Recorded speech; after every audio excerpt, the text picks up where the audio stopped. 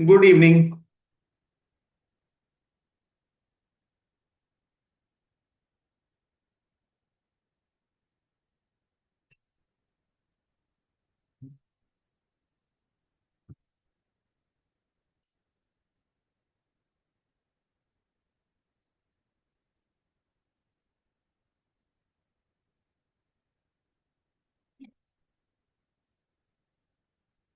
Good evening. मेरी voice clear है क्या?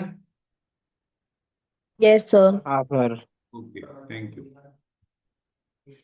ठीक है। अच्छा, तो आप में से मैक्सिमम लोगों का आई थिंक क्राइस्ट का एग्जाम होगा अभी 2-4 दिन में, राइट?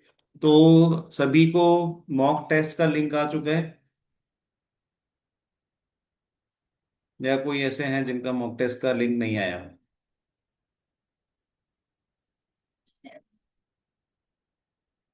ठीक है। तो if you have received mock test, तो उसमें आपको क्या करना है वो मैं आपको एक बार बता देता हूँ बेसिक। वैसे मैम ने एक मैसेज डाला हुआ है। तो आप वो टेस्ट चालू करेंगे तो probably they will ask you to install a software on your PC, right? तो वो सॉफ्टवेयर का पर्पस ये है कि वो चेक करना चाहते हैं कि आपका सिस्टम, आपका लैपटॉप या डेस्कटॉप ये टेस्ट कंडक्ट करने के कंपेटेबल है कि नहीं। जो भी इसके कॉन्फ़िगरेशन है, जो भी रिक्वायरमेंट है हार्डवेयर की, ऑडियो वीडियो, वो सारी चीज़ें प्रॉपर वर्क कर रही है कि नहीं कर रही, they want to check that. तो जो भी सिस्टम से आप लोग ये टेस्ट दोगे वही सिस्टम से आपको एक्चुअल एग्जाम, मेन एग्जाम जो 7th को है वो भी देना रहेगा। ठीक है। तो you can not change the system जिसमें आपने मॉक टेस्ट दिया है। वो सिस्टम चेक हो चुका है, अगर वो अप्रूव्ड है तो उसी से ही आप एक्चुअल एग्जाम दे सकते हो। ठीक है। So that is one thing. Second, जब आप ये टेस्ट अटेम्प्ट करोगे तो उसमें आपको क्वेश्चन सॉल्व करने में नहीं डूब जाना है। आपको ये चीज़ों पे ध्यान देना है कि उस टेस्ट का इंटरफेस कैसा है, क्योंकि इस टेस्ट में जो इंटरफेस होगा, इंटरफेस मतलब कि स्क्रीन में कौन से पार्ट में कौन से बटन है, राइट? तो अगर आपको फॉरवर्ड जाना है, क्वेश्चन स्विच करना है तो कहाँ पे बटन है उसका।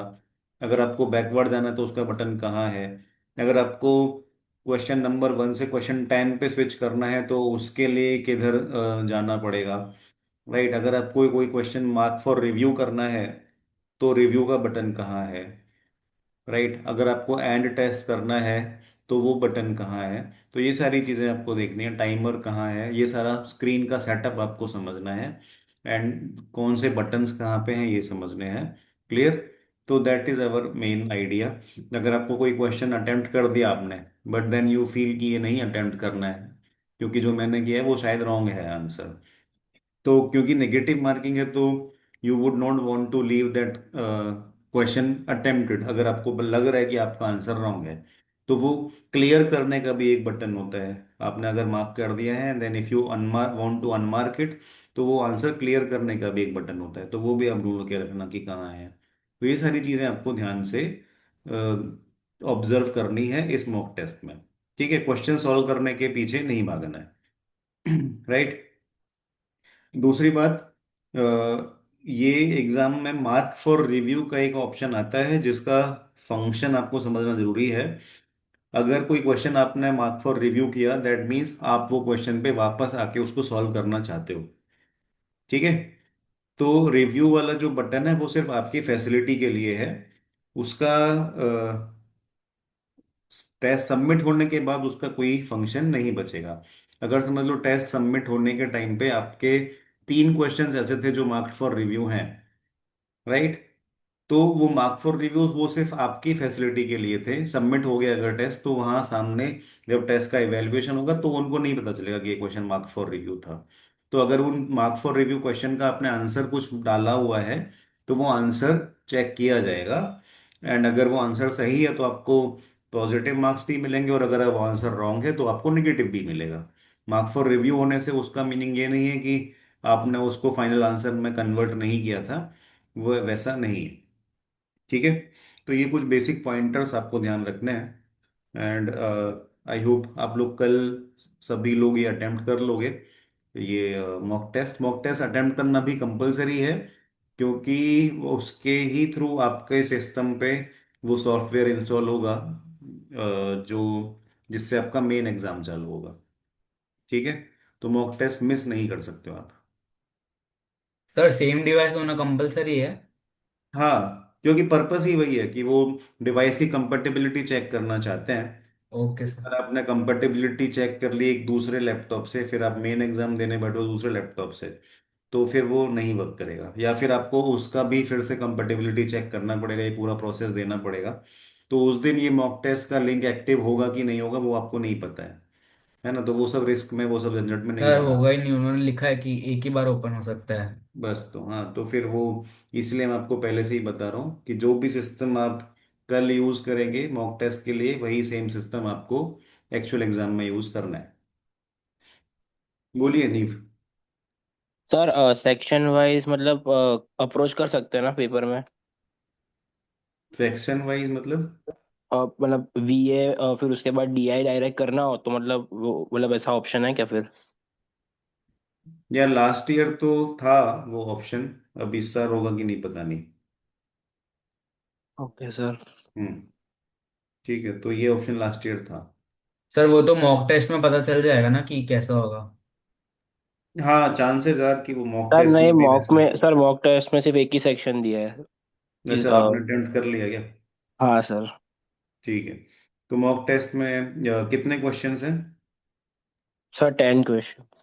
10 क्वेश्चंस हैं। हाँ, तो मॉक टेस्ट का पर्पस आपकी प्रैक्टिस कराना नहीं है एग्जाम की, क्योंकि 10 क्वेश्चन से क्या प्रैक्टिस होगी, उसका पर्पस जो है वही है जो मैंने आपको बताया, कि आप लोग स्क्रीन का सेटअप समझ लो। ठीक है, तो this mock test is for your technical understanding, not for your academic understanding. ठीक है, और किसी को कुछ पूछना है इसके रिगार्डिंग? नहीं? ठीक है, so then we will start sir our. एक डाउट है सर। हाँ। सर उन्होंने बोला था कि 11th और 12th की मार्कशीट हैंडी होनी चाहिए, मतलब सर फिजिकल कॉपी रखना है या सॉफ्ट कॉपी? नहीं नहीं, फिजिकली रखो। सॉफ्ट कॉपी तुम वो एक बार टेस्ट चालू होने के बाद, या वो सॉफ्टवेयर का प्रोसेस स्टार्ट होने के बाद, प्रोबेबली आप स्क्रीन स्विच नहीं कर पाएंगे। तो अगर उन्होंने ऐसा बोला है कि ये मार्कशीट हैंडी रखनी है, तो मोस्ट प्रोबेबली ये होगा कि कैमरा चालू रहेगा आपका, तो आपको प्रॉम्प्ट आएगा कि show your marksheets, show your Aadhaar card. तो वो जैसे जैसे प्रॉम्प्ट्स आएंगे स्क्रीन पे, वैसे वैसे आपको वो डॉक्यूमेंट्स कैमरा के सामने शो करने हैं। ठीक है, ओके तो सर। आप वो आपके पास फिजिकल फॉर्म में रहेंगे तो ही आप कैमरा पे शो कर पाओगे, अदरवाइज नहीं हो पाएगा। एंड सर राइटिंग वर्क के लिए पेजेस रख सकते हैं ना? हाँ हाँ, राइटिंग वर्क के लिए पेजेस रख सकते हो, और प्रोबेबली वो लोग ये भी पूछेंगे कि आपने राइटिंग के लिए क्या रखा है, वो पेपर या नोटबुक उठा के दिखाओ। ठीक है, एंड पेजेस ही रखना, लूज पेजेस, नोटबुक रखना ही मत। तो चक्कर ही नहीं रहे कि उनको डाउट हो कि आपकी नोटबुक में कुछ ऑलरेडी लिखा हुआ होगा। ठीक है, तो लूज पेजेस ही रखना सब लोग। एंड ऐसा भी हो सकता है, जब पहले कोविड के टाइम पे ये टेस्ट घर से होता था, तो वो लोग ये भी बोलते थे कि आप लैपटॉप उठा के आप पूरा रूम दिखाओ, राइट, चारों तरफ लैपटॉप घुमा के, कि कोई और तो प्रेजेंट नहीं है रूम में। ठीक है, तो ये सारी चीजें आपको ध्यान रखनी है। ठीक है, तो ओके आपको सर। किसी को फ्रेंड को बिठाना हो, तो ये आपको ध्यान रखना, बीच में भी वो लोग बोल सकते हैं, ऐसा नहीं कि सिर्फ स्टार्टिंग में होगा। अगर उनको बीच में भी डाउट होता है कि आप किसी से बात कर रहे हो, देन वापस बीच में भी वो लोग बोल सकते हैं कि दिखाओ। ठीक है। हम्म।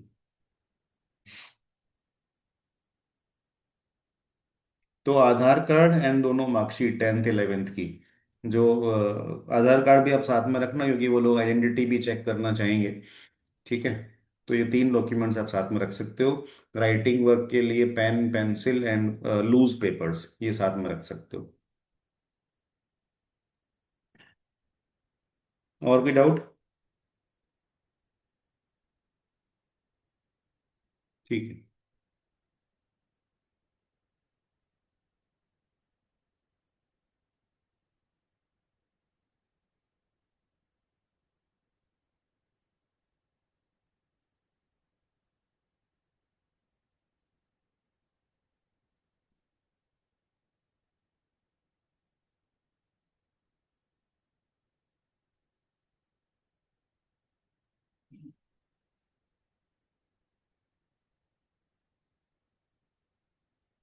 आधार कार्ड फोटो आधार कार्ड पे फोटो तो किसी की भी अपडेटेड नहीं होती है, वो कोई दिक्कत नहीं है, बस आधार कार्ड आपका ही होना चाहिए।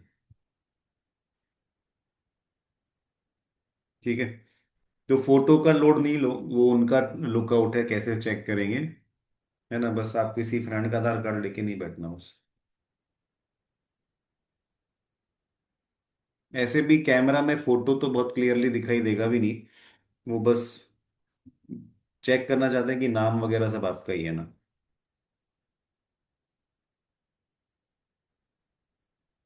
ठीक है, so then we'll start with our discussion today. तो ज्योग्राफी मोस्ट प्रोबेबली, मतलब मोस्ट प्रोबेबली क्या, we will focus on Indian geography today, right. तो बड़े सिंपल क्वेश्चन है, आप लोग ने 8 9 10 स्टैंडर्ड में पढ़े हुए होंगे ज्योग्राफी में, वैसे ही क्वेश्चन हैं। So which of the following is the longest river entirely in India?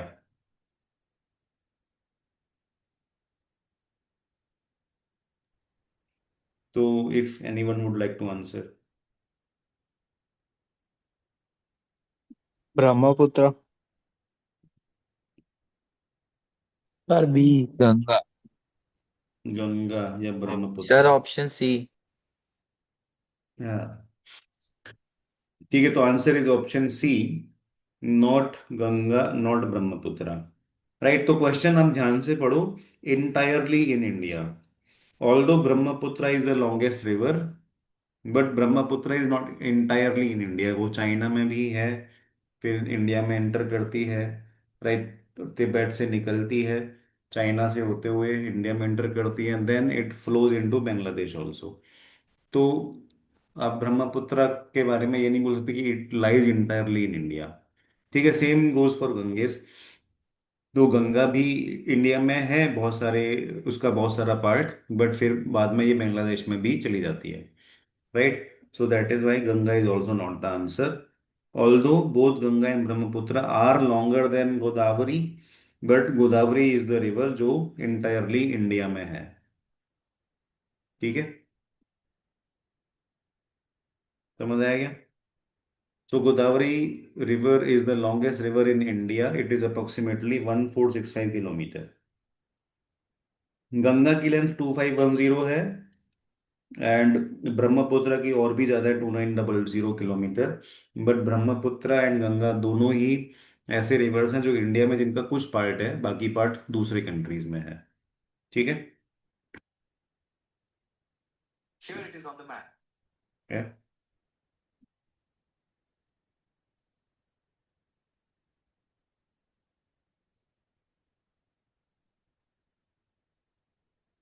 हम्म, ठीक है, so next.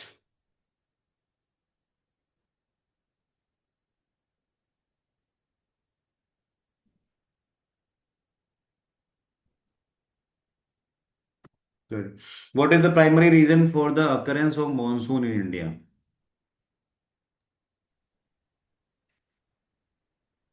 Sir A. proximity to the equator ना, प्रेजेंस ऑफ हिमालयस भी नहीं। Sir D. Yes sir D. D, sir low D. Atmospheric, D low atmospheric pressure over the Indian subcontinent. हाँ, तो देखिए क्या होता क्या है मॉनसून का, या ये जो विंड्स होती हैं जो समंदर से लैंड की तरफ जाती हैं, इन सभी का एक रीजन है बड़ा सिंपल। मॉनसून से ठीक पहले बहुत जबरदस्त गर्मी पड़ती है इंडिया में, राइट। तो वो गर्मी इतनी ज्यादा होती है कि इंडिया की जो लैंड है वो बहुत ज्यादा हीट अब्जॉर्ब कर लेती है, और उसकी वजह से जो लैंड के कांटेक्ट में एयर होती है, that air becomes so warm कि वो वार्म एयर ऊपर जाने लगती है, राइट। तो ये बेसिक कॉन्सेप्ट है फिजिक्स का, कि एयर को अगर आप वार्म करोगे, गर्म करोगे, तो वो ऊपर जाती है। इसी कॉन्सेप्ट पे एग्जॉस्ट फैंस भी काम करते हैं। एग्जॉस्ट फैन आपने अगर कोई भी क्लोज स्पेस में लगा हुआ देखा हो तो वो हमेशा ऊपर होता है, क्योंकि उसका पर्पस है कि वार्म एयर जो इस रूम में है उसको हटाना, राइट। तो वार्म एयर ऊपर जाती है और ऊपर से फिर वो एग्जॉस्ट फैन उसको हटा देता है। So that is how in ये जो भी लैंड है वहां पे क्या होगा, वार्म एयर ऊपर जाने लग गई, तो इधर एयर की जगह खाली होने लगेगी। तो वो जगह फिल करने के लिए समंदर से पानी भरी हुई एयर या विंड आने लगेगी, राइट। तो ये जो विंड आती है from Arabian Sea and from Indian Ocean, ये विंड में बहुत सारा वी कैन से मॉइस्चर होता है, and this moisture then eventually becomes rain, जो पूरे इंडिया में फिर ये रेनफॉल होता है, मानसून आती है। क्लियर है? So that is the main main we can say mechanism of monsoons. ठीक है? तो बड़ा सिंपल सा कॉन्सेप्ट है ये फिजिक्स का। तो इंडिया में मानसून होता है जस्ट आफ्टर, इनफैक्ट कोई भी कंट्री में मानसून हमेशा जस्ट आफ्टर द समर होता है। इंडिया के पास एडवांटेज ये है कि हमारे पास यहाँ पे दोनों तरफ ओशन है, तो जो भी विंड आएगी दोनों तरफ से वो काफ़ी सारा मॉइस्चर लेके आएगी। तो जहाँ पे भी ये विंड पहुंचेगी वहाँ पे ये काफ़ी रेनफॉल कराएंगे, राइट। तो इंडिया में जो रेनफॉल का टाइमलाइन है वो भी मोरलेस फिक्स्ड रहता है। जैसे हम लोग मैक्सिमम लोग हम लोग गुजरात में हैं, तो गुजरात में we are here south Gujarat में, राइट, सूरत में। तो साउथ गुजरात में 20 जून के आसपास मानसून पहुंचता है। तो ये जो लाइन है ये पूरा 20 जून को मानसून कहाँ पहुंच गया उसकी लाइन है, राइट। तो मोरलेस हर साल सूरत में मॉनसून 20 जून पहुंचता है। तो 15 से 20 जून के बीच में आप देखना गुजरात में, सॉरी सूरत में बारिश चालू हो जाती है। तो अगर आपने अभी तक नोटिस नहीं किया हो तो इस साल से आप नोटिस कर सकते हो, अगर आप सूरत में रहे तो। लाइक बाकी तो आप लोग कॉलेजेस चले जाओगे आपके। ठीक है?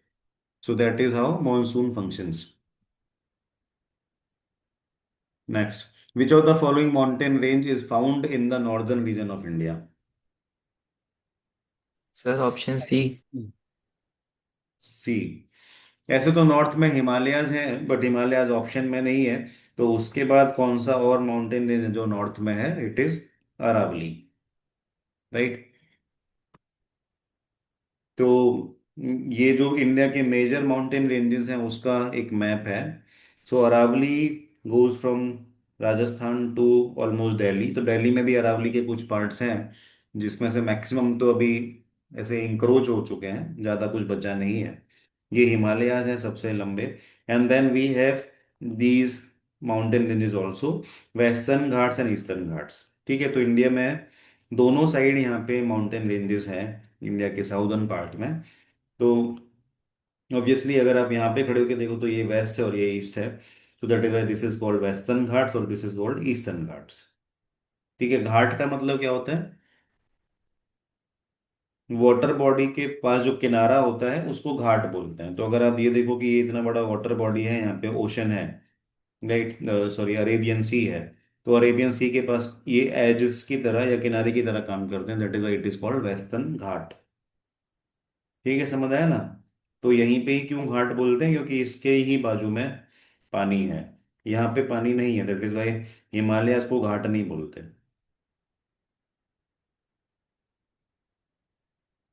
ठीक है?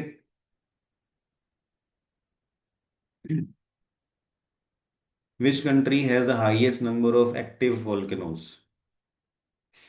तो वोल्केनोज अभी लास्ट वीक भी हम लोग डिस्कस कर रहे थे शायद, कि अफ्रीका में एक कंट्री है जहाँ पे एक वोल्केनो अभी 12,000 ईयर्स के बाद अचानक से एक्टिव हुआ है, राइट। इथियोपिया में हुआ है। इथोपिया में, हाँ, वेरी गुड। तो नाउ आंसर टू दिस, कौन से कंट्री में मैक्सिमम इंडोनेशिया। हाँ? हाँ, इंडोनेशिया। इंडोनेशिया। इंडोनेशिया। तो Indonesia has the highest number of volcanoes due to the its location along the ring of fire, right। तो रिंग ऑफ फायर क्या है? Ring of fire is basically this part जो इसमें red colour में दिखाया हुआ है। तो मैक्सिमम जो एक्टिव वॉल्केनोज हैं इस दुनिया के वो सिर्फ इसी रिंग पे आते हैं। ठीक है? तो ऐसा भी क्यों है कि सब इसी रिंग पे आते हैं? ये इसके जो अंदर अगर आप अर्थ के क्रस्ट में जाके देखो तो इधर टेक्टोनिक प्लेट्स हैं, दो कॉन्टिनेंट्स की, जो इस रिंग के अलोंग नीचे टकराते हैं। तो उनके कोलिजन की वजह से यहाँ पे जो वॉल्केनोज हैं वो सारे एक्टिव हैं। राइट, तो कभी भी उनका कॉलिजन अगर ज़्यादा होता है तो वो कॉलिजन की वजह से ये वॉल्केनोज के थ्रू जो टेंशन है वो रिलीज हो जाती है अर्थ की। ठीक है। तो Indonesia has maximum number of active volcanoes. Largest desert. Sir A. A A. Sir. Hmm. ठीक है, Sahara desert is the largest desert. तो सहारा डेजर्ट का max total area 9.2 million square kilometre है। 1 मिलियन इज 10 लाख। तो 9.2 का मतलब 92 lakh square kilometre हो गया। ठीक है। तो इंडिया में भी एक डेजर्ट है जिसका नाम है थार डेजर्ट, जिसका एरिया 2,40,000 किलोमीटर है। तो ये 2,40,000 और ये 92 लाख, तो यू कैन इमेजिन कि 45 टाइम्स ज्यादा है। Right.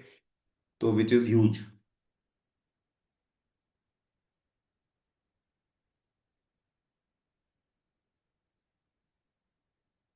Which of the following is the smallest continent by land area, ये भी आप लोग को ध्यान होगा। Sir Australia. हाँ, कितने कॉन्टिनेंट्स हैं? 7। एशिया, यूरोप, अफ्रीका, और कौन सा है? अमेरिका। अमेरिका नहीं, northern America and southern America. Australia and Antarctica. Antarctica. Hmm. ठीक है, southern America, Australian and Antarctica. Right. तो ये है। तो इनमें सबसे छोटा एरिया वाइज है ऑस्ट्रेलिया, सबसे बड़ा है Asia.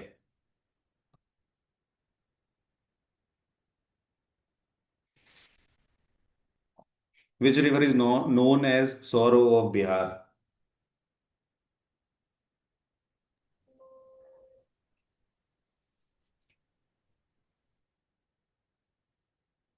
Sir option C. C. हाँ, option C. Kosi river is known as sorrow of Bihar. तो कोसी रिवर को सौरव ऑफ बिहार क्यों बोलते हैं? क्योंकि बिहार में कोसी रिवर की वजह से ही हर साल बहुत ज्यादा फ्लड आती है। राइट। और वो फ्लड में ऑब्वियसली बहुत लोगों का बहुत कुछ नुकसान होता है। Right, that is why this is called sorrow of Bihar. तो ये एक अनफॉर्चुनेट सिचुएशन भी है कि इतने सालों के बाद भी हम लोग ये सिचुएशन को कंट्रोल नहीं कर पाए हैं कि इस रिवर में इतनी फ्लड ना आए, या वो फ्लड आए अगर तो इतना ज्यादा उसकी वजह से लोगों का नुकसान ना हो। राइट। तो वो हम अभी तक इतने सालों में बिहार में कंट्रोल नहीं कर पाए हैं। ठीक है। तो इसका एक और रीजन भी है कंट्रोल ना कर पाने का, कि इसका जो इन अनप्रिडिक्टेबल नेचर है ये रिवर का। अनप्रिडिक्टेबल नेचर क्या है कि ये कभी भी अपना डायरेक्शन या कोर्स जिसको बोलते हैं वो चेंज कर लेती है। राइट। तो बहुत बार तो फ्लड नहीं भी होता, कि मॉनसून नहीं है बट सडनली ये रिवर ने अपना डायरेक्शन चेंज कर लिया। तो जो इतने सालों से लोग एक टाउन में या एक विलेज में रह रहे थे, सडनली वहां से अब एक रिवर फ्लो करने लग गई, तो वहां पे सब जगह फ्लड आ गया। तो ये भी एक इसका रीजन है कि सिर्फ मॉनसून की वजह से इसमें फ्लड आता है, वैसा नहीं है। राइट। तो ये कभी कभी रैंडमली अपना डायरेक्शन भी चेंज कर लेती है। Which of the following countries does not share a land border with India? Sri Lanka. Sri Lanka. हाँ, तो ये तो बहुत इजी है। राइट। नेपाल, भूटान, अगर आपने थोड़ा बहुत भी इंडिया का मैप पढ़ा होगा तो यू वुड नो कि नेपाल एंड भूटान एंड बांग्लादेश ये सब तो इंडिया के नीबर्स है ही। Myanmar is also a neighbour and इनके साथ भी हमारा एक बॉर्डर शेयर होता है। Right. Sri Lanka is the only country जिसके साथ हमारा लैंड बॉर्डर नहीं है। श्रीलंका के साथ हमारा, आप बोल सकते हैं कि समंदर में हमारा बॉर्डर है। It is not land border. Right. तो गल्फ ऑफ मन्नार, तो ये इंडिया है ऑन द लेफ्ट साइड, इधर श्रीलंका होता है। राइट। इधर श्रीलंका है। तो यहाँ पे ये जो पार्ट है this is called the border. तो ये जो गल्फ है यहाँ से जो पास हो रही है, this gulf is itself the border. Right. तो gulf of Mannar and Palk strait ये बॉर्डर के जैसा काम करते हैं। Which Indian state has the highest population density? Uttar Pradesh.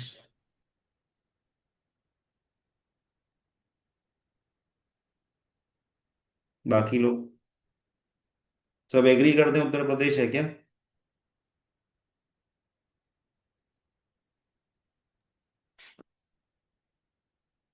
So the answer is not Uttar Pradesh, it is Bihar. अगर ऐसा पूछा होता which state has the highest population, ये डेंसिटी वर्ड नहीं होता, तो आंसर उत्तर प्रदेश होता। बट पॉपुलेशन डेंसिटी में और पॉपुलेशन में क्या फर्क है? Population density is, population density is population upon area, ये होता है पॉपुलेशन डेंसिटी। राइट, तो यूपी की पॉपुलेशन तो ज्यादा है बट यूपी का एरिया भी ज्यादा है एज कंपेयर टू बिहार। तो जब अपने पॉपुलेशन और एरिया का रेशियो लेते हैं तो वो फिर बिहार के लिए ज्यादा हो जाता है, because Bihar has lesser area. ठीक है, समझ आ रहा है क्या? तो इनफैक्ट पॉपुलेशन डेंसिटी में तो यूपी फोर्थ नंबर पे आ रहा है। तो ये क्यों है? क्योंकि यूपी का एरिया भी बहुत ज्यादा है as compare to other states. ठीक है, समझ आया डिफरेंस पॉपुलेशन पॉपुलेशन डेंसिटी का?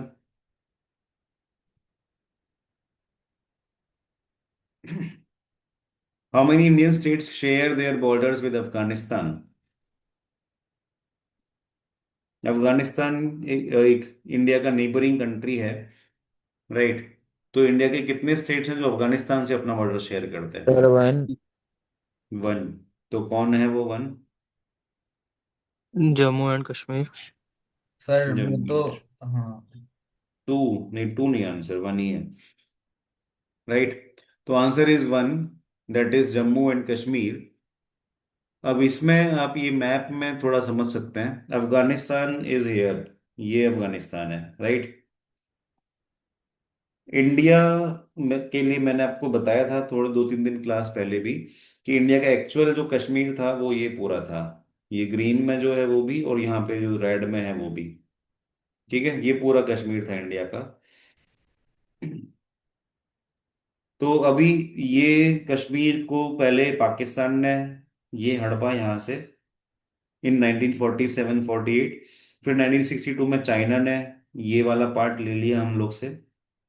ठीक है, फिर पाकिस्तान ने ये पार्ट जो इंडिया का था, पाकिस्तान ने उसको कैप्चर कर लिया था।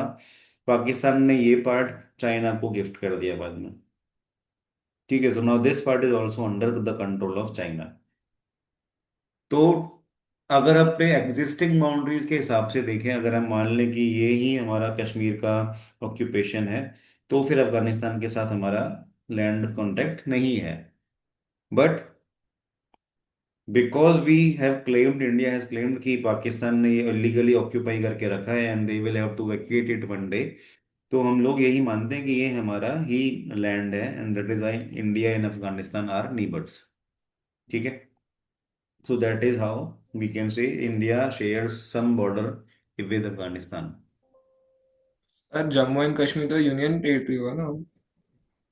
हाँ, Jammu and Kashmir union territory sir अब जम्मू एंड नहीं है। कश्मीर थोड़ा ना होगा, लेह लद्दाख होगा ना। जम्मू एंड कश्मीर में अभी अब यूनियन टेरिटरी नहीं है, अभी तो वहां पे है, सीएम है। ठीक है, तो जम्मू कश्मीर एंड लेह लद्दाख उसको अलग कर दिया है, तो वो अलग पार्ट हो गया। बट ये वाला जो पार्ट है कश्मीर का, इसको हम लोग यही मानते हैं कि ये हमारा ही है और हम लोग इसको लेके रहेंगे। पाकिस्तान ने लीगली इसको रखा हुआ है, and that is why we are the neighbours of Afghanistan, ऐसा। ठीक है। The famous lagoon lake of India is, lagoon क्या होता है?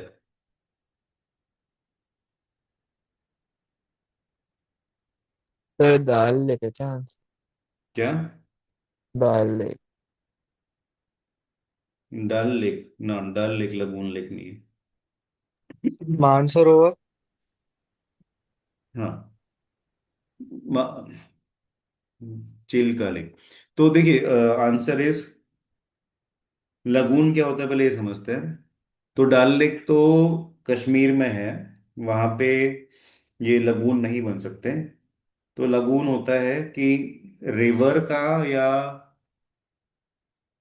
समंदर का सी का कोई होता है। एक पार्ट ऐसा हो।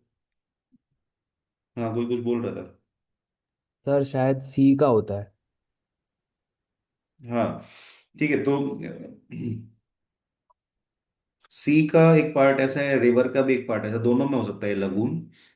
तो वो पार्ट लैंड लॉक्ड हो जाए, वो वाटर जो है वो वाटर लॉक्ड हो जाए। तो रिवर का या सी का कुछ पार्ट, समझ लो ये सी है, ठीक है।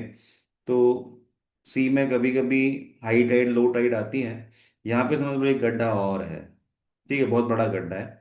तो सी में जब भी हाई टाइड आएगी तो यहाँ से पानी जाएगा और वो इस गड्ढे में भर जाएगा। राइट, तो that is how this lake will get continuous supply of water. ठीक है, and then when there is low tide तो ये वाटर आगे चला जाएगा। तो यहाँ पे जो वाटर रह गया था इस गड्ढे में वो तो हमेशा ही रहेगा।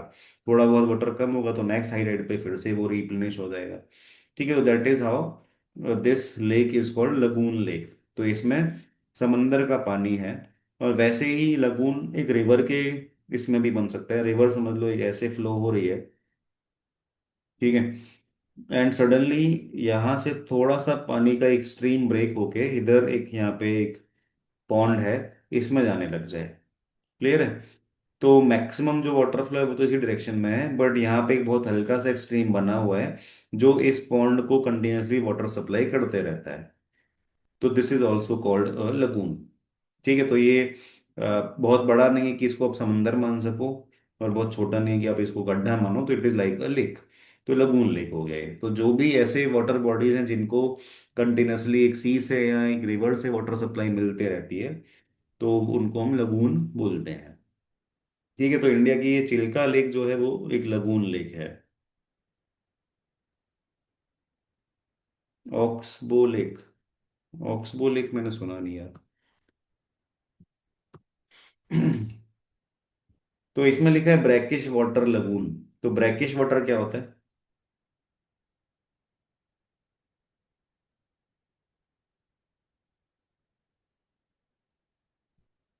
ब्रैकिश वाटर होता है एक ऐसा वाटर जो पूरा मीठा पानी भी नहीं है जैसा कि रिवर का है, और पूरा खारा भी नहीं है जैसा कि समंदर का है। तो brackish water is basically formed जब रिवर का वाटर ओशन वाटर से मिलता है। ठीक है, तो ऐसी जगह जहाँ पे रिवर ओशन में फ्लो कर रही है, जिसको हम एस्चुअरी बोलते हैं, उस जगह पे जो पानी होगा that will be brackish water. ठीक है, तो सॉल्टी तो ओशन वाटर भी है। So brackish water is not that salty, but it is also not too soft. ठीक है, तो ये जो brackish, sorry, soft and hard water के बीच का है, ये ब्रैकिश वाटर होता है। तो कहाँ पे मिलता है ये? जहाँ पे भी एक रिवर एक समंदर से मिल रही है, राइट। तो ये दया रिवर के एंड पे है ये लगून, ये चिल्का लेक। एंड क्योंकि ये एंड पे है तो इसमें रिवर की वजह से तो वाटर आता ही है। ये बे ऑफ बंगाल जो कि एक समंदर है, इसकी वजह से भी वाटर आता है। तो इसलिए दोनों सोर्सेस से इसमें पानी आ रहा है, that is why it is a brackish water lake. इसका जो पानी है ना तो पूरा सॉफ्ट है ना तो पूरा हार्ड है। ठीक है, तो Chilka lake is also a brackish water lake and it is also a lagoon lake. ठीक सर है। तो ये दोनों रिवर और ओशन दोनों से कनेक्टेड भी है। हाँ और हाँ, इसी वजह से। ठीक है, तो ओशन में इसमें बे ऑफ बंगाल में जब हाई टाइड आती है तो इसके अंदर वो वो इसका पानी भी आ जाता है, सॉल्टी वाटर भी आ जाता है, और दया रिवर के तो एंड पे ही है ये। तो उसमें ये स्वीट वाटर भी आता है, सॉफ्ट वाटर भी आता है। तो जब ठीक। हाई टाइड होती है तो फिर वो एक ही वाटर बॉडी लगती है कि तब भी तीन सेपरेट? नहीं, हाई टाइड है तो मतलब हो सकता है फॉर टाइम बीइंग ये पूरा तरीके से कवर हो जाए, ये दोनों बॉडीज, ये बे ऑफ बंगाल और ये रिवर, ये लेक दोनों मर्ज हो जाए। बट वो परमानेंट नहीं रहता ना, वो तो एक दो घंटे होगा फिर वापस वो लो टाइड आ जाएगी। ठीक है, तो उसमें वो एक दो घंटे के लिए हम उसको बे ऑफ बंगाल मान लें वैसा नहीं होता है। सो वी नो दैट ये लेक है तो वो लेक ही रहता है। तो ये इसका क्योंकि इतना स्पेसिफिक वाटर का कंसंट्रेशन है, तो इस वजह से ये विंटरिंग ग्राउंड है। विंटरिंग ग्राउंड मतलब बहुत सारे बर्ड्स होते हैं, माइग्रेटरी बर्ड्स, जो एक स्पेसिफिक सीजन में एक जगह पे आते हैं। जैसे इंडिया में कुछ बर्ड्स विंटर में आते हैं, कुछ बर्ड्स समर में आते हैं। तो ये लेक बहुत सारे बर्ड्स का विंटरिंग ग्राउंड भी है। ठीक है। तो ब्रैकिश वाटर क्या है वो यहाँ पे समझाया है कि दिस हैज सैलिनिटी, सैलिनिटी मतलब salt concentration between fresh and marine water. Marine water मतलब ओशन वाटर। ठीक है। Largest irrigation canal in India. Irrigation तो आपको पता होगा। Sir Indira Gandhi canal. हाँ, Indira Gandhi canal. Excuse me. तो answer is Indira Gandhi canal. ये कैनाल मैन मेड कैनाल है पूरा, and this was developed from Punjab to Rajasthan. तो राजस्थान में तो पानी की कमी है, ये वाले पार्ट में जहाँ पे ये रेगिस्तान है, जहाँ पे डेजर्ट है, राइट। तो वहां तक पानी पहुंचाने के लिए, वहां के फार्म्स को वाटर पहुंचाने के लिए ये कनाल बनाया गया। This is completely man made. तो पंजाब में क्योंकि बहुत वहां पे तो काफी सारी रिवर्स हैं, तो वहां से पानी ले जाके राजस्थान तक ले पहुंचाया जाता है। So that is why this canal helps in irrigation in Rajasthan. और बीच में हरियाणा वगैरह के भी जो पार्ट्स आते हैं वहां पे भी ये कनाल हेल्प करती है। ठीक है। तो this canal starts from Harike बजाज बराज, जो पंजाब में है, सुल्तानपुर में। तो दिस बराज मतलब dam, this dam is made at the confluence of Sutlej river and Beas river. तो इन दोनों रिवर जहाँ पे मिलती हैं उस जगह पे डैम बनाया गया है, और वहां से थोड़ा पानी डाइवर्ट करके राजस्थान भेज दिया जाता है। ठीक है। तो ये है इंदिरा गांधी कनाल।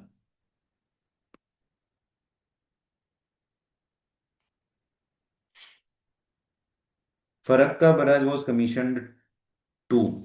कमीशन टू का मतलब क्या है यहाँ पे, कि क्या पर्पस से इसको बनाया गया था, फरक्का बराज।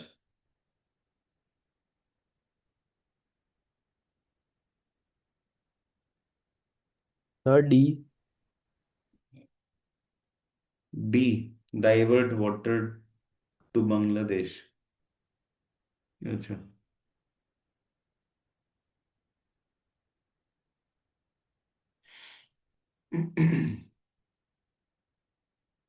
नहीं, इसमें ऑप्शंस थोड़े गड़बड़ हो गए।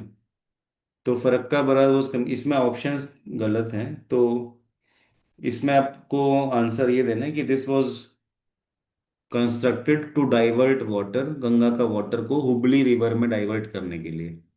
ठीक है। बांग्लादेश में भेजना नहीं था, बांग्लादेश में जाने से पानी को रोकना था। ठीक है। हाँ, तो ये है इसका मेन पर्पस।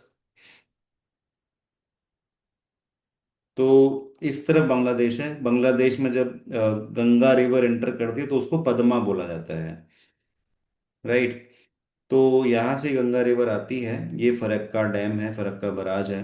तो यहाँ से हम इसको डाइवर्ट कर देते हैं, थोड़ा पार्ट इसका, पूरा तो नहीं पर थोड़ा पानी इसमें हम डाइवर्ट करते हैं, और उसको हम हुगली रिवर में डाल देते हैं। ठीक है। So that was the main purpose of this barrage, कि हम हुगली रिवर को थोड़ा सा और वाटर फ्लो दे पाए। ठीक है। तो हुगली रिवर गंगा की ट्रिब्यूटरी है। ट्रिब्यूटरी मतलब एक ऐसी रिवर जो एक रिवर से ब्रेक होके बनती है। ठीक है। तो डिस्ट्रीब्यूटरी एंड ट्रिब्यूटरी दो रिवर्स होते हैं, एक होता है डिस्ट्रीब्यूटरी और दूसरा होता है ट्रिब्यूटरी। ठीक है। तो डिस्ट्रीब्यूटरी रिवर क्या होती है, एक ऐसी रिवर जो एक ओरिजिनल रिवर से ब्रेक होके बनी। तो यहाँ पे गंगा मेन रिवर थी जिसमें से ब्रेक होके ये हुगली रिवर बनती है। तो Hooghly is a distributary of Ganga. Tributary क्या होता है, एक ऐसी रिवर जो दूसरे मेन रिवर में मर्ज हो जाती है, तो उसको हम बोलते हैं ट्रिब्यूटरी रिवर। जैसे यमुना है, तो यमुना मर्जेस इनटू गंगा इन इलाहाबाद, आप लोगों ने सुना होगा वो संगम। ठीक है। तो इलाहाबाद में संगम होता है गंगा एंड यमुना का। तो Yamuna is tributary river of Ganga. तो गंगा मेन रिवर है, यमुना इलाहाबाद में जाके गंगा में मर्ज हो जाती है, तो उसके बाद दे आर टुगेदर। फिर यमुना का अलग से कोई एग्जिस्टेंस नहीं है। ठीक है, तो यमुना गंगा की ट्रिब्यूटरी है। सिमिलरली हुगली गंगा की डिस्ट्रीब्यूटरी है। ठीक है, तो ये हुगली रिवर को और एक्स्ट्रा वाटर सप्लाई देने के लिए ये फरक्का बैराज, फरक्का डैम बनाया गया था। ठीक है, तो यहाँ पे वो डैम का एक्चुअल वर्किंग भी शो किया गया है। ये उसका एक्चुअल फ्लो का डायरेक्शन है। तो डैम बना दिया, वो डैम से वाटर यहाँ पे कलेक्ट कर लिया। अब वो कलेक्टेड वाटर में से थोड़ा पार्ट हम लोग इस तरफ डाइवर्ट कर रहे हैं, जो कि हुगली रिवर की तरफ जाएगा, या हुगली रिवर में जा रहा है। और बाकी पानी हम लोग आगे जाने दे रहे हैं। ठीक है, जो गंगा रिवर को फ्लो कराएगा। ठीक है, so that is how this Farakka dam is functioning. Which from the following rivers does not originate in Indian territory? B. Hmm, Brahmaputra. Brahmaputra. ठीक है, सिद्धांत बोलिए।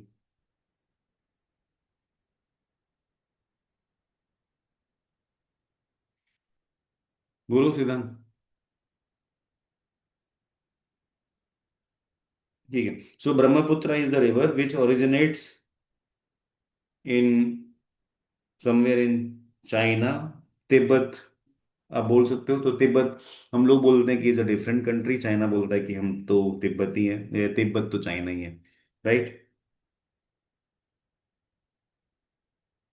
ठीक है, तो ये जो रेड में है ये ब्रह्मपुत्र का फ्लो का डायरेक्शन है। तो अल्टीमेटली इतना सब घूम फिरने के बाद यहाँ पे आके असम में ब्रह्मपुत्र इंटर्स इन इंडिया।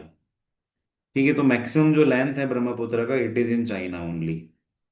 ठीक है, इंडिया में भी सिग्निफिकेंट लेंथ है, बट मैक्सिमम पार्ट चाइना में है। तो इंडिया में यहाँ तक ये फ्लो करती है टिल दिस पॉइंट। राइट, ये जो मैंने रेड को और रेड किया है, उसके बाद ये बांग्लादेश चालू हो जाता है, then it goes into Bangladesh.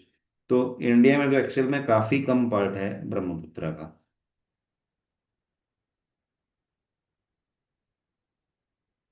ठीक है, which of the following are alternative names of the river Brahmaputra?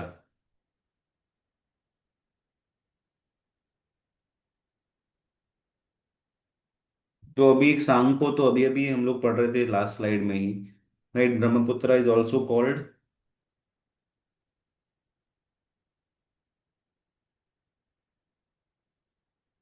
Brahmaputra is also called Tsangpo Brahmaputra. Right, तो सांगपो इसका नाम है। In Bangladesh it is called Jamuna. It flow south west through Assam valley and as Brahmaputra and south, and then in Bangladesh यहाँ पे इसको जमुना बोला जाता है। ठीक है, तो जमुना अलग है, यमुना अलग है। राइट, तो जमुना इसका एक नाम है, सांगपो नाम है, मेघना ये भी नाम है। ठीक है, सो आंसर इज डी। तो जमुना, सियांग, जैंगबो, मेघना एंड सैंगपो। राइट, तो all of them are the names of the same river, क्योंकि ये इतने सारे कंट्रीज से निकलती है। तिब्बत से निकला तो तिब्बत की अपनी अलग लैंग्वेज है, फिर चाइना में आई, वहां से इंडिया में आई, इंडिया से फिर बांग्लादेश में गई, तो हर कंट्री में ये सेम रिवर को अलग अलग नाम से जानते हैं। तो ब्रह्मपुत्र ऑफ कोर्स चाइना वाले तो नहीं बोलते होंगे Brahmaputra. Right.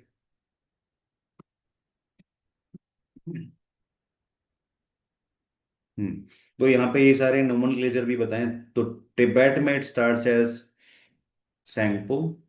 Right, then it becomes Dihang on Siang in Arunachal Pradesh, then Assam में इट बिकम्स ब्रह्मपुत्र।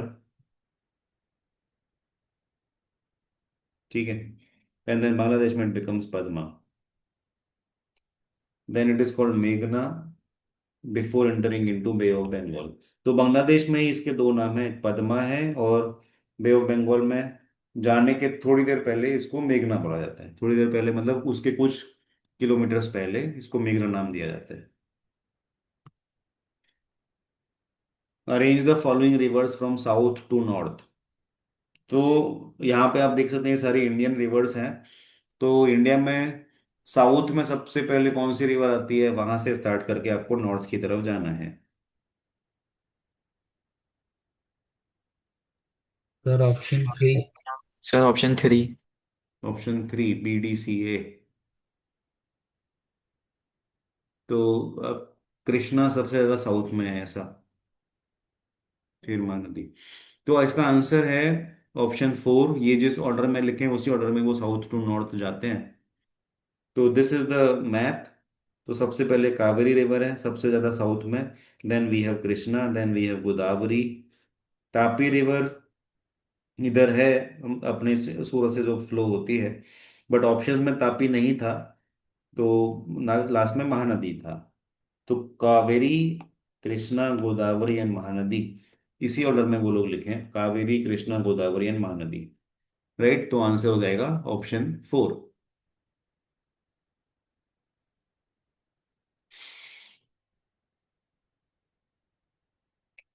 और इसमें एक चीज और है कि ये सभी रिवर्स जाके मिलते हैं इधर, which is bay of Bengal. Right, Tapi and Yamuna, sorry Yamuna नहीं, नर्मदा, ताप्ती एंड नर्मदा, ये दो रिवर्स ऐसे हैं जो वेस्ट की तरफ फ्लो करते हैं and they merge into Arabian Sea. ठीक है, तो ये भी एक क्वेश्चन हो सकता है कि अरेबियन सी में मर्ज होने वाली रिवर्स कौन सी हैं। तो ताप्ती और ये नर्मदा। बाकी सभी जो है वो बे ऑफ बंगाल में जाती है, इवन गंगा भी बे ऑफ बंगाल में जाती है। राइट, तो यहाँ पे आप देख सकते हैं ब्रह्मपुत्र, ब्रह्मपुत्र यहाँ से फ्लो करके यहाँ तक आई और अंत में बांग्लादेश से होते हुए it will flow into bay of Bengal. Ganga का भी यही फ्लो है, यहाँ से ऐसे जाती है। Right, so maximum rivers bay of Bengal में ही मिक्स होती हैं। सिर्फ ये नर्मदा एंड ताप्ती हैं, ऐसे एक दो रिवर्स और होगी जो अरेबियन सी में जाते हैं।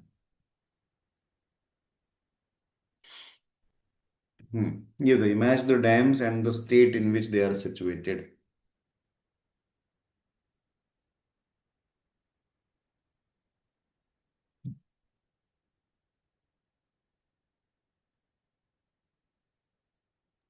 Sir option 4। ऑप्शन 4, ऑप्शन 3 है। तो देखिए इसमें अगर आपको एक भी पता हो तो भी आप सही आंसर लगा सकते हो। जैसे मैं मेरी बात करूं तो मुझे सिर्फ इडुक्की एंड केरला पता था। राइट, तो क्योंकि ये जो नाम है वो केरला के कोई एक सिटी से मिलता जुलता है, तो इडुक्की एंड केरला ये मुझे पता था। तो C and 1 का कॉम्बिनेशन सिर्फ एक ही ऑप्शन में है, वो है ये ऑप्शन 3। ठीक है, तो इस तरीके से आप थोड़ा बहुत एस्टिमेशन कर सकते हैं इन क्वेश्चंस में। Column making questions normally CUET में आते हैं। राइट,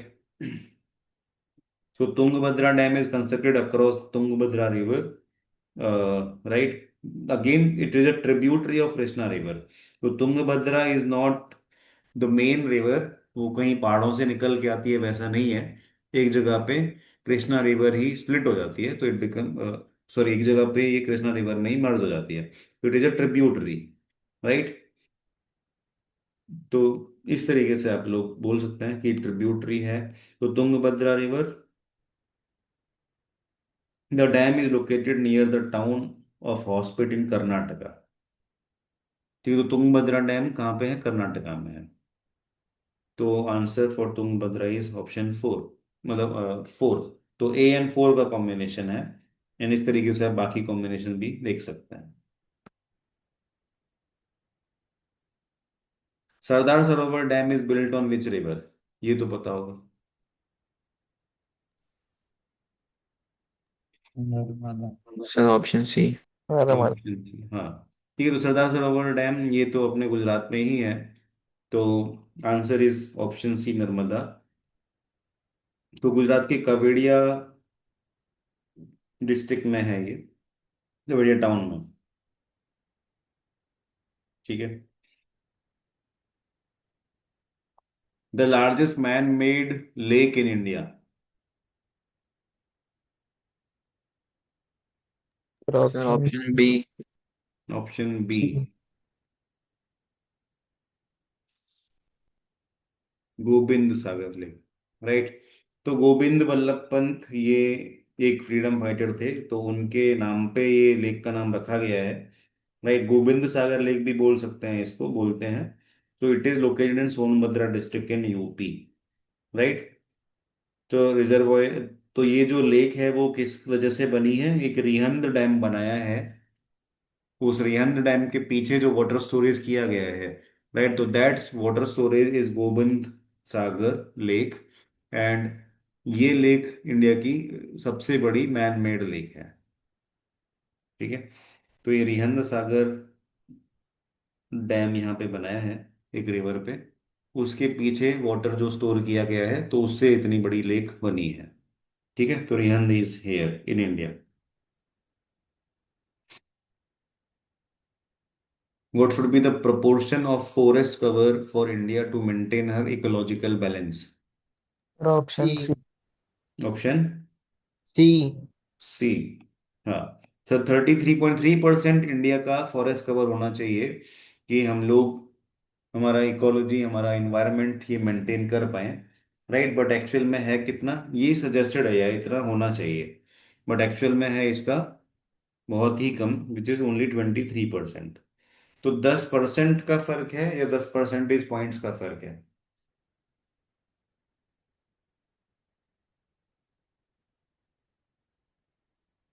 जो 23 और 33, 10 का फर्क हुआ, so it is 10 percentage points का फर्क,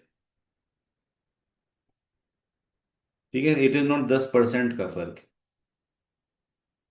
ठीक है। ध्यान रहेगा, समझ आ रहा है, ये हम लोग ने परसेंटेज में भी डिस्कस किया हुआ ये concept. The Sundarbans of the mangrove forests are found in, Sundarbans और the mangrove forest. Sir option B. B. Hmm. तो कच्छ पेनिनसुला में फॉरेस्ट मिलने के चांसेस कम है, राइट। तो ये समंदर के आसपास मिलने के चांसेस ज्यादा हैं, तो वेस्टर्न घाट, राइट। तो आंसर है इसका, अच्छा West Bengal, sorry not Western Ghat, Western Ghat नहीं, वेस्ट बंगाल है। तो Sundarban delta is formed by two rivers, that is Brahmaputra river and Ganga river, ठीक है। तो it is UNESCO World Heritage site as well.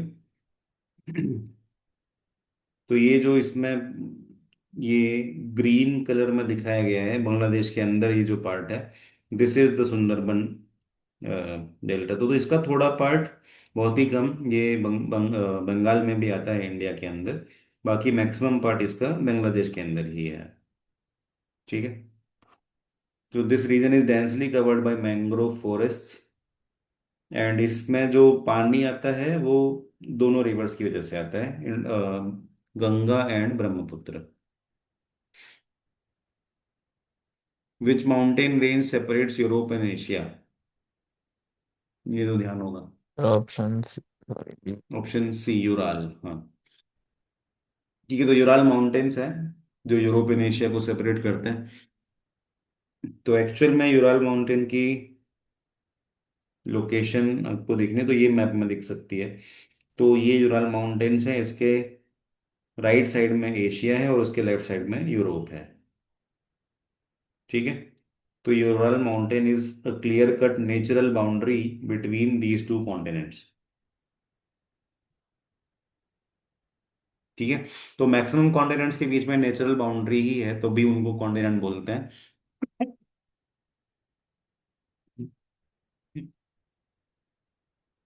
और उनके नीचे जो क्रस्ट में जो प्लेट्स है जिसके ऊपर वो कॉन्टिनेंट एग्जिस्ट कर रहे हैं, उनको कॉन्टिनेंटल प्लेट्स भी बोलते हैं, राइट। तो वो कॉन्टिनेंटल प्लेट्स ही जब टकराते हैं तो ही ये अर्थक्वेक या ये वोल्केनोज ये सब चीजें होती हैं। The only continent through which all means these, tropic of cancer, the equator and tropic of capricorn, ऐसा कौन सा कॉन्टिनेंट है जिसमें से ये तीनों पास होता है? Sir option D.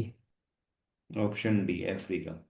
तो इक्वेटर तो अर्थ के सेंटर से पास हो रहा है, ट्रॉपिक ऑफ कैंसर यहाँ है, ट्रॉपिक ऑफ कैप्रिकॉर्न यहाँ है।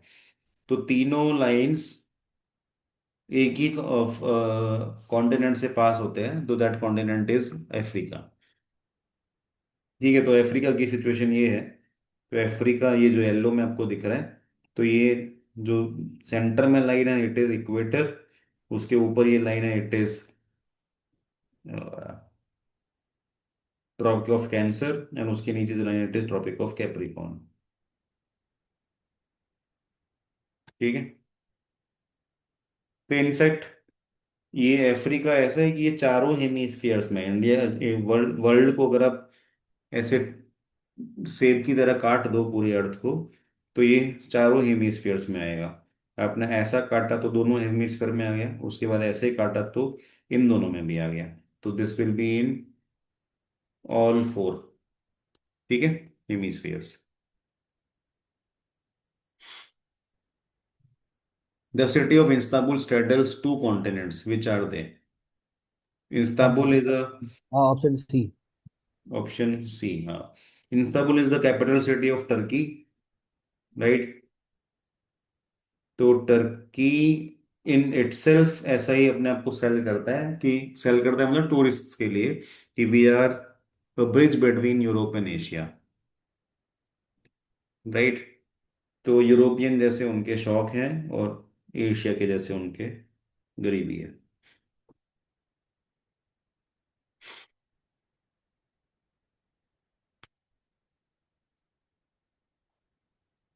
तो एशिया इस तरफ है, यूरोप इस तरफ है, बीच में ये कंट्री है टर्की। ठीक है,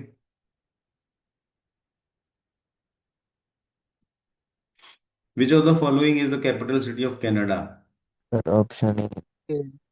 ए टोरंटो। Option D. हाँ, ओट्टावा, राइट। तो टोरंटो फेमस थोड़ा ज्यादा है शायद, वो मुझे नहीं पता क्यों है, but Toronto is not the capital city. ठीक है शरण।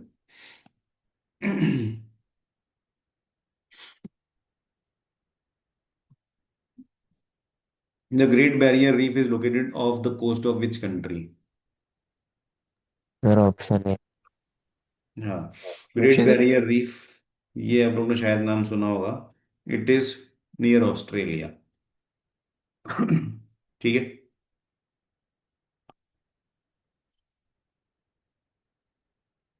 so Great Barrier Reef is the world's largest coral reef system and is located off the northern coast of Australia. तो कोरल्स होते हैं ये, मतलब इनको हम लाइव बोलते हैं, दे आर लाइफ फॉर्म्स। तो बहुत बार कोरल्स ऐसे मरने के बाद ऐसे पत्थर जैसे बन के आ जाते हैं, और वो कभी कभी ऐसे समुद्र के किनारे आपको मिल भी जाते हैं। ठीक है, बट जब वो पानी में है तो उनको हम लोग लाइव ही मानते हैं। In fact many countries it is not allowed to take coral from the sea. अगर वो पत्थर के जैसा पड़ा भी है तो अब उनको उठा के नहीं ला सकते हो। ठीक है, तो सबसे बड़ा जो कोरल का एक बोल सकते हैं कलेक्शन है, वो ऑस्ट्रेलिया के पास है। तो ये ग्रेट बैरियर रीफ, इसके बारे में एक्स्ट्रा इन्फॉर्मेशन कि इसमें ये जो रीजन है जहाँ पे ग्रेट बैरियर रीफ है, इसके अंदर 1500 स्पीशीज ऑफ फिश एग्जिस्ट करते हैं। एंड इस कोरल के ग्रेट बैरियर रीफ के अंदर 400 वेराइटीज ऑफ कोरल है, राइट? तो it is a huge, we can say, biosphere reserve, जहाँ पे बहुत ज़्यादा वैरायटी आपको मिलती है बायोलॉजिकल ऑब्जेक्ट्स की।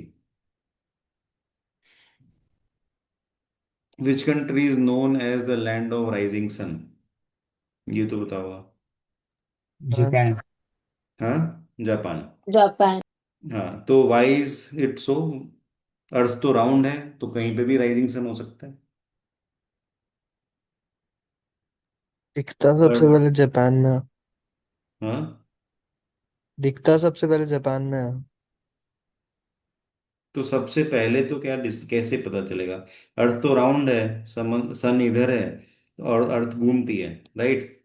तो अर्थ घूमती रहेगी तो धीरे धीरे सारे ही पार्ट्स तो सन के सामने से पास होंगे। तो धीरे धीरे सब जगह पे ही वो आएगा, क्या बोलते हैं इसको, सन आएगा।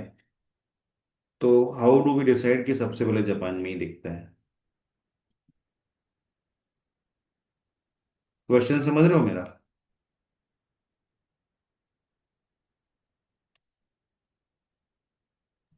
सर हम ऐसा मानते हैं कि जो अर्थ है वो टिल्टेड है अपनी एक्सिस पे, तो जो हम्म। ईस्टर्न साइड है वो अर्थ की तरफ, सन की तरफ ज्यादा टिल्टेड है, तो जो सन रेज है वो पहले उस साइड जाते, ऐसा शायद। तो सनरेज जैसे डेली आती है ऐसा नहीं है ना, सनरेज तो है, बस हम लोग ही घूमते रहते हैं। अभी भी ऐसा नहीं कि सन स्विच ऑफ हो गया, अब उसकी रेज कल वापस चालू होगी 7 बजे। हम लोग बस पीछे चले गए, जहाँ पे अभी हमारे यहाँ अंधेरा है, रात हो गई है। तो अर्थ क्योंकि राउंड है, एक स्फीयर है, सन इधर है, तो सन की लाइट अभी बस इस पार्ट में आ रही है यहाँ तक, तो इधर दिन है सब जगह, तो यहाँ पे सब जगह दिन है।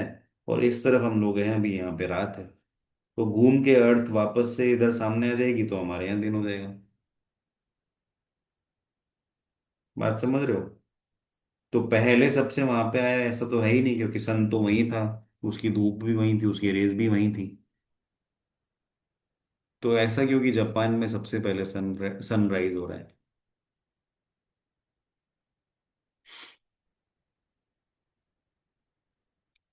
तो ऐसा इसके लिए है कि अगर आप ये वर्ल्ड मैप को फ्लैट कर दो, राइट, तो फ्लैट हम करते हैं अलोंग दिस लाइन, ठीक है, जो कि ये 180 डिग्री वाली जो लॉन्गिट्यूड है, ठीक है। तो ऐसे हम लोग वर्ल्ड का फ्लैट मैप बनाते हैं। तो ऐसा डिसाइड किया गया कि ये जो लाइन है 180 डिग्री वाला लॉन्गिट्यूड, इसके ऊपर हम मान लेते हैं कि डे चेंज होगा। ठीक है, जब सन इसके ऊपर होगा तो डे चेंज होगा, कहीं ना कहीं तो अपने को ये फिक्स करना पड़ेगा ना कि डे चेंज कब करें। ठीक है, तो ये लाइन है, तो अगर आप इसको मिक्स कर दो तो ये लाइन है वो लाइन जिसमें डेट चेंज होता है।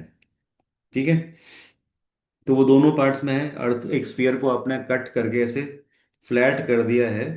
तो ये लाइन जहाँ जिसके अलोंग आपने कट किया है अर्थ को, वो लाइन है इंटरनेशनल डेट लाइन, आप जिसको बोल सकते हैं कि जब ये लाइन सन के सामने से पास होगी तो डे चेंज हो जाएगा।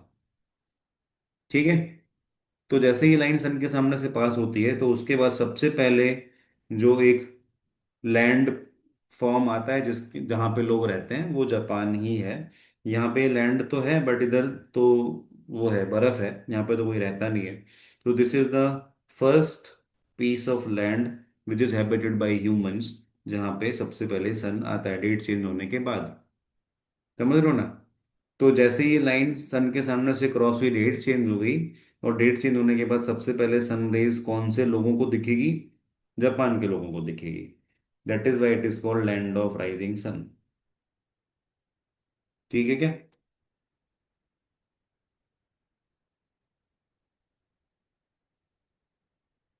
आई होप ये पॉइंट क्लियर है। ठीक है, next, the line that separates day and night is called. A. हाँ, ठीक है, तो इंटरनेशनल डेट लाइन है, इसका नाम टर्मिनेटर नहीं है, इंटरनेशनल डेट लाइन है, ये गलत लिखा हुआ है। ठीक है, तो अभी जैसे प्रीवियस क्वेश्चन में मैंने आपको बताया इंटरनेशनल डेट लाइन, तो आंसर इसका ए है, not C. Which country starts the day first, तो वापस से सेम चीज होगी, जापान। जापान, है ना? तो अभी रीजन समझ आ रहा है ना क्यों जापान को ये अधिकार मिला हुआ है? क्योंकि वो जो लाइन हमने देखी इधर, वो लाइन डिसाइड की गई थी, बहुत सारे कंट्रीज बैठे थे 1870s में कि चलो हम लोग कैलेंडर कैलेंडर बनाते हैं। तो कैलेंडर बनाने का सबसे पहले क्वेश्चन यही है कि भाई डेट चेंज कब होगी? अर्थ तो राउंड है, घूमती रहती है, सन खड़ा हुआ है, अर्थ घूम रही है, तो व्हेन डू वी डिसाइड कि अब एक दिन पूरा हो गया और दूसरा दिन चालू हो गया? तो फिर ये लाइन बनाई गई कि ये लाइन जैसे ही सन के सामने से पास होगी उस दिन डेट चेंज हो जाएगा। तो अभी इसका ऐसा भी मीनिंग समझ सकते हो आप कि जैसे ही ये लाइन सन के सामने से पास होती है, तो इस लाइन के एक साइड पे आज क्या डेट है? आज समझ लो, मान लो 3 दिसंबर है, तो इस लाइन के एक साइड पे 3 दिसंबर होगा और दूसरी साइड पे 4 दिसंबर होगा। तो ये लाइन के दोनों साइड, ऑल दो वो दोनों प्लेसेस एकदम आसपास हैं, but time wise they will be 24 hours apart. है ना? पॉइंट समझ रहे हो ना?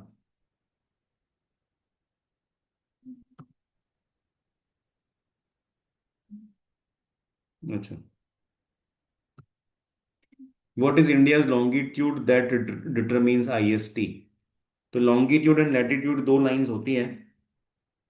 तो लॉन्गिट्यूड होते हैं ये जो वर्टिकल लाइंस, ये वाले होते हैं जो अभी हमने इस मैप में भी देखे। तो इसमें ये जो लाइंस हैं, ये वर्टिकल लाइंस जो आपको दिख रही हैं, they are all longitudes, and these are latitudes. जो लेटे हुए हैं वो लैटिट्यूड्स, ऐसा। तो इसे बहुत इजीली आपको ध्यान हो जाएगा। ठीक है। तो जैसे जैसे ये जो लॉन्गिट्यूड्स हैं वो सन के सामने से पास होते हैं, वैसे वैसे सब कंट्रीज अपना टाइम चेंज करते हैं, टाइम सेट करते हैं। ठीक है। तो इस तरीके से टाइम सेट किया जाता है। तो हर प्लेस का जो टाइम है वो अलग अलग होता है। वो इसी वजह से है कि हर जगह पे जो सन की राइज करने की पोजीशन है वो अलग अलग होती है। ठीक है। तो जापान में जिस समय सनराइज हो रहा है उसी समय इंडिया में हो रहा है, वैसा नहीं है। तो इंडिया में सनराइज जापान के कुछ 5-6 घंटे बाद होगा। तो इंडिया वाले उसके हिसाब से हमारा अपना 5 बजाएंगे, राइट ना? तो हमारे यहाँ पे जब सनराइज होगा उस समय 6 बजेगा। जापान में जब सनराइज होगा तब वहां पे 6 बजेगा सुबह का। तो इस हिसाब से वो लोग ने अपना टाइमर डिसाइड किया हुआ है।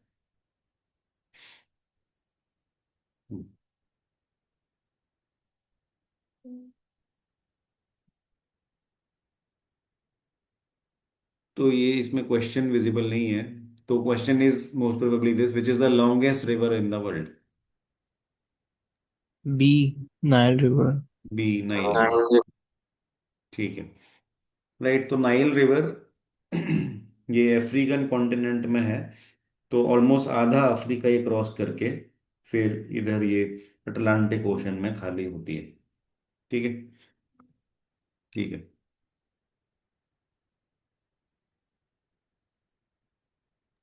B, Amazon. एम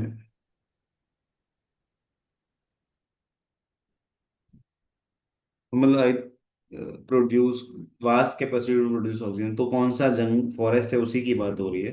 तो आई थिंक इट इज ये क्वेश्चंस पूरे विजिबल नहीं है। तो अमेजोन रेन फॉरेस्ट, तो Amazon rain forest southern America में है, राइट? तो Amazon is in southern America. तो प्राइमरीली ब्राजील में ये पड़ता है।